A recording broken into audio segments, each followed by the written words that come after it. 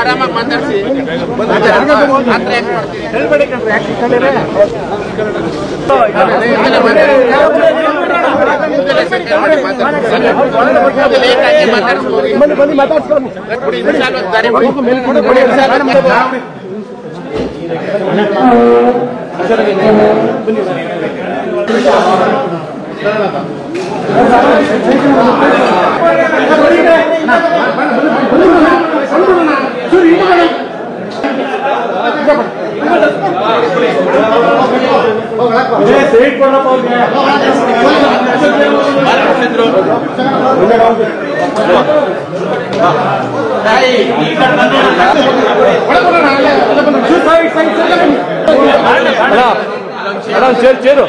Chair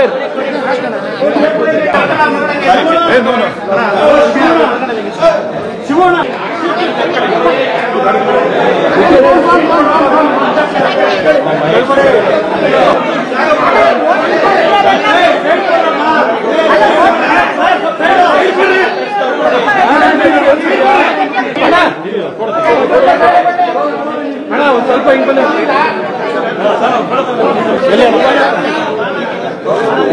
ನೋಡ್ರಿ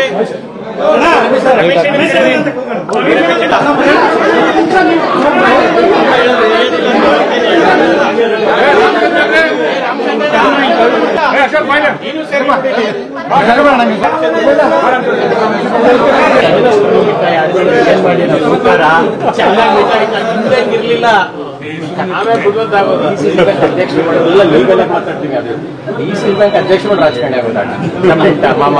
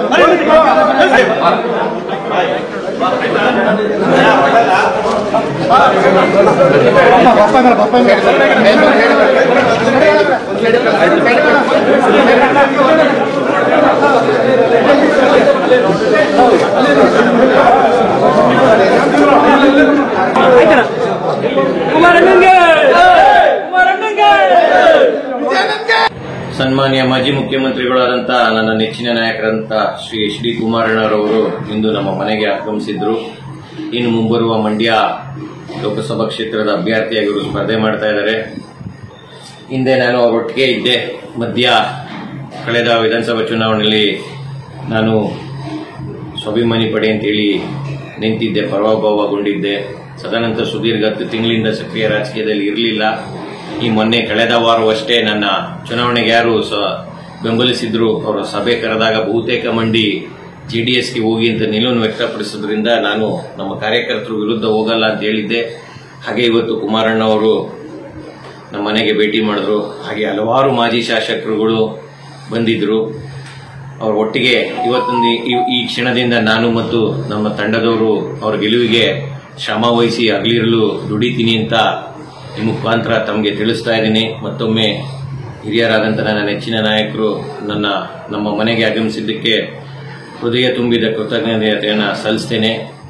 ನಿಮ್ಮೊಟ್ಟಿಗೆ ನನ್ನ ಕೆಲಸ ಮಾಡಲು ಹಾಗೂ ನನ್ನ ಜೊತೆ ಯಾರು ದುಡಿದ್ರು ನಾವೆಲ್ಲ ಒಟ್ಟಿಗೆ ಇನ್ನು ಮುಂದೆ ಕುಮಾರಣ್ಣನ ಕೆಲಸ ಮಾಡಲು ನಾನು ಸಿದ್ಧನಿದ್ದೇನೆ ಅಂತ ತಮಗೆ ಹೇಳೋಕ್ಕೆ ಇಷ್ಟಪಡ್ತೇನೆ.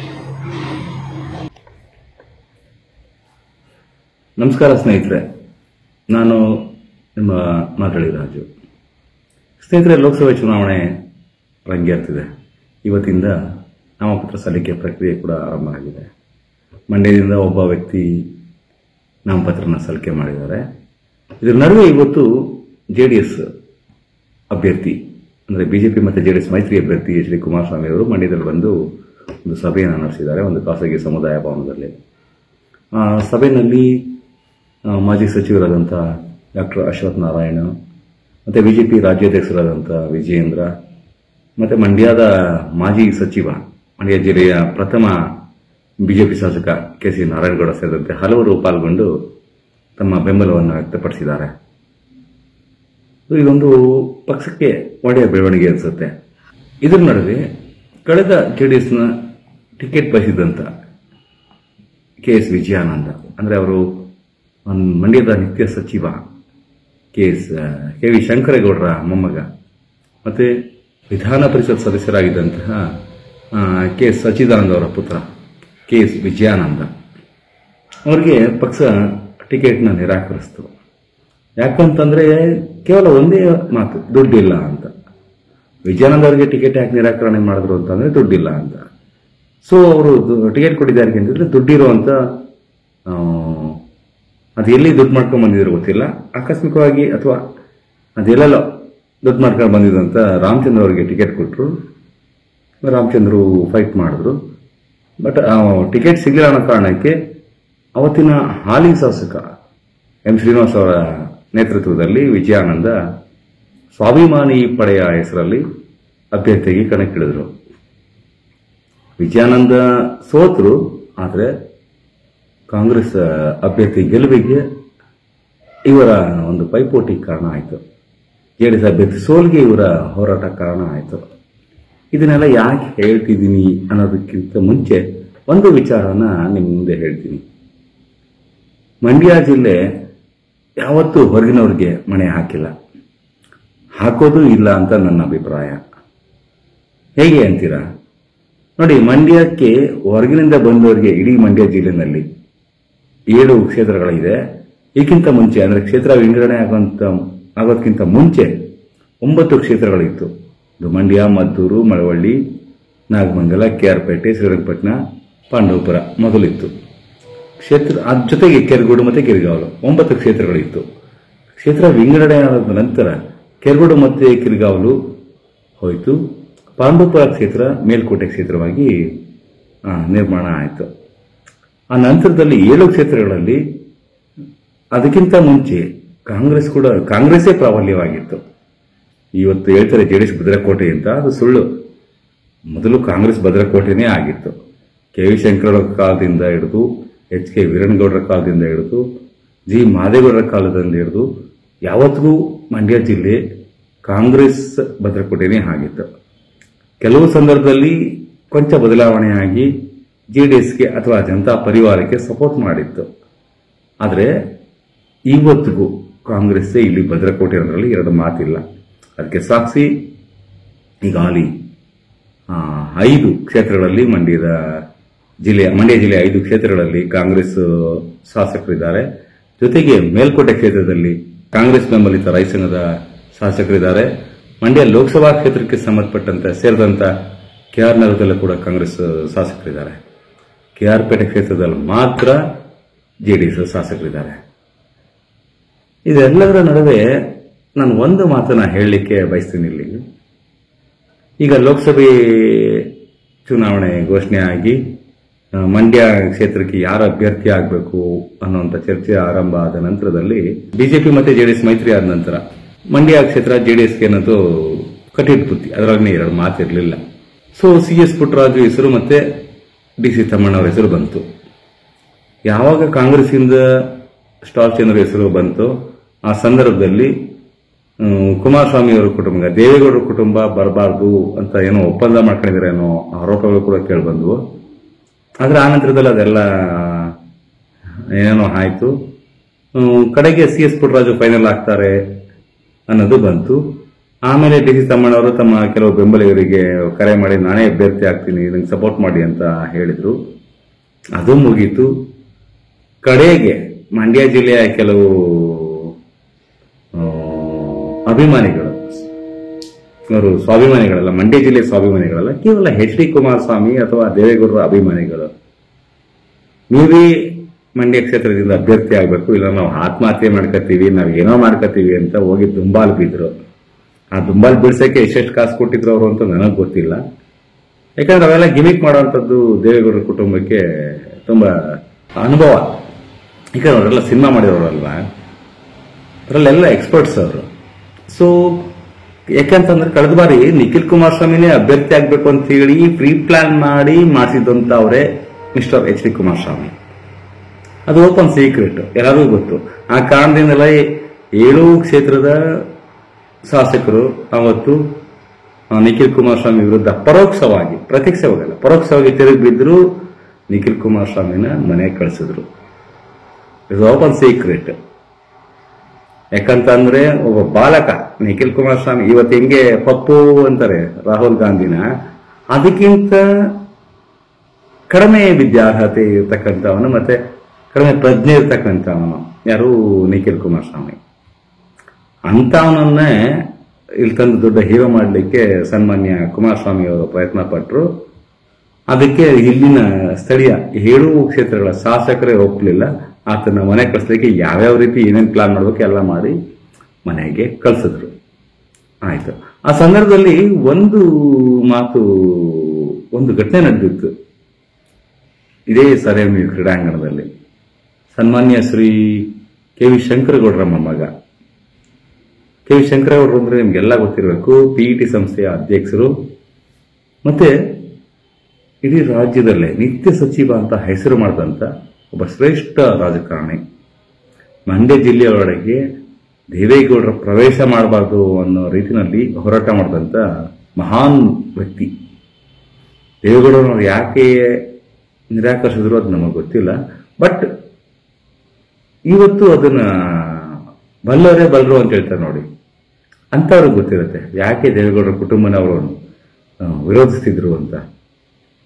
ಸೊ ಇಂತಿರುವ ಸಂದರ್ಭದಲ್ಲಿ ಅವತ್ತು ಕುಮಾರಸ್ವಾಮಿ ಅವರು ಒಂದು ಮಾತು ಹೇಳಿದ್ರು ಸ್ಟೇಡಿಯಂನಲ್ಲಿ, ನಮ್ಮ ಶಂಕರಗೌಡರ ಮೊಮ್ಮಗ ಎಲ್ಲೋ ಟೀ ಕೊಡ್ತಿದ್ದಾರೆ ಅಂತ ಹೇಳಿದ್ರು.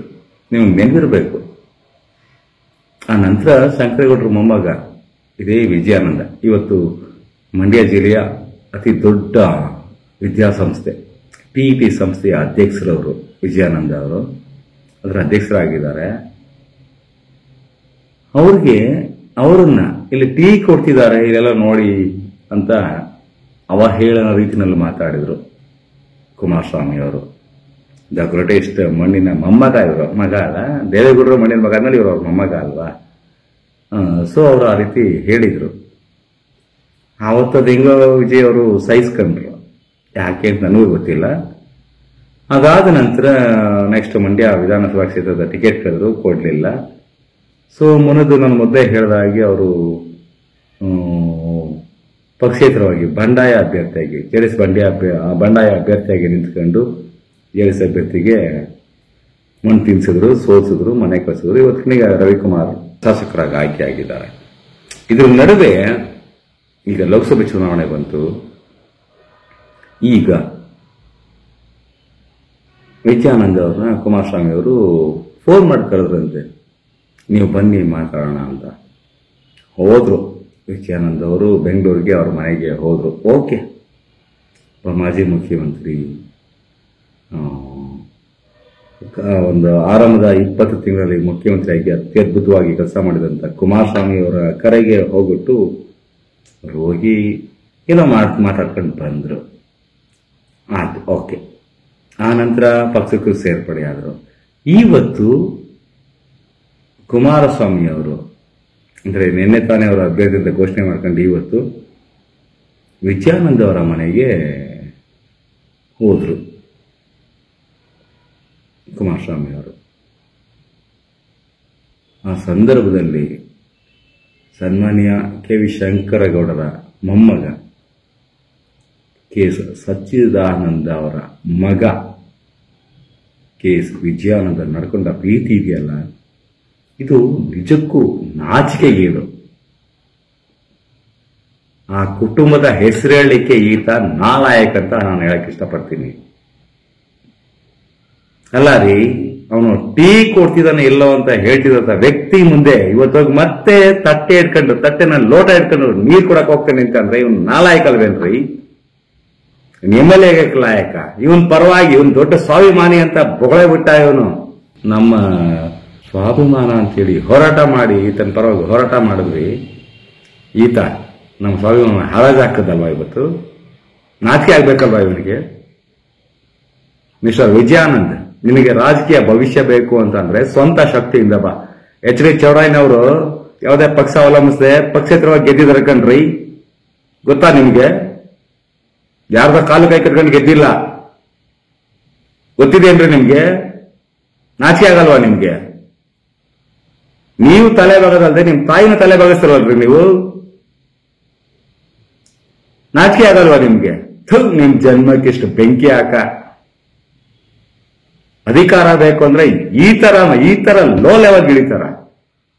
ನಿಮ್ ತಾತನ ಗೌರವ ಕಾಪಾಡ್ರಿ, ನಿಮ್ಮ ಅಪ್ಪನ ಗೌರವ ಕಾಪಾಡ್ರಿ. ನೀವು ಸ್ವಾಭಿಮಾನ ಅನ್ನೋ ಪದದ ಅರ್ಥಕ್ಕೆ ನೀವು ನಾಲಾಯಕ್. ನೀವು ನಮ್ಮ ಯೂಟ್ಯೂಬ್ ಚಾನೆಲ್ನ ಸಬ್ಸ್ಕ್ರೈಬ್ ಆಗಿ, ಲೈಕ್ ಮಾಡಿ, ಪಕ್ಕದಲ್ಲಿ ಕಾಣಿಸೋ ಬೆಲ್ ಐಕನ್ನ ಕ್ಲಿಕ್ ಮಾಡಿ.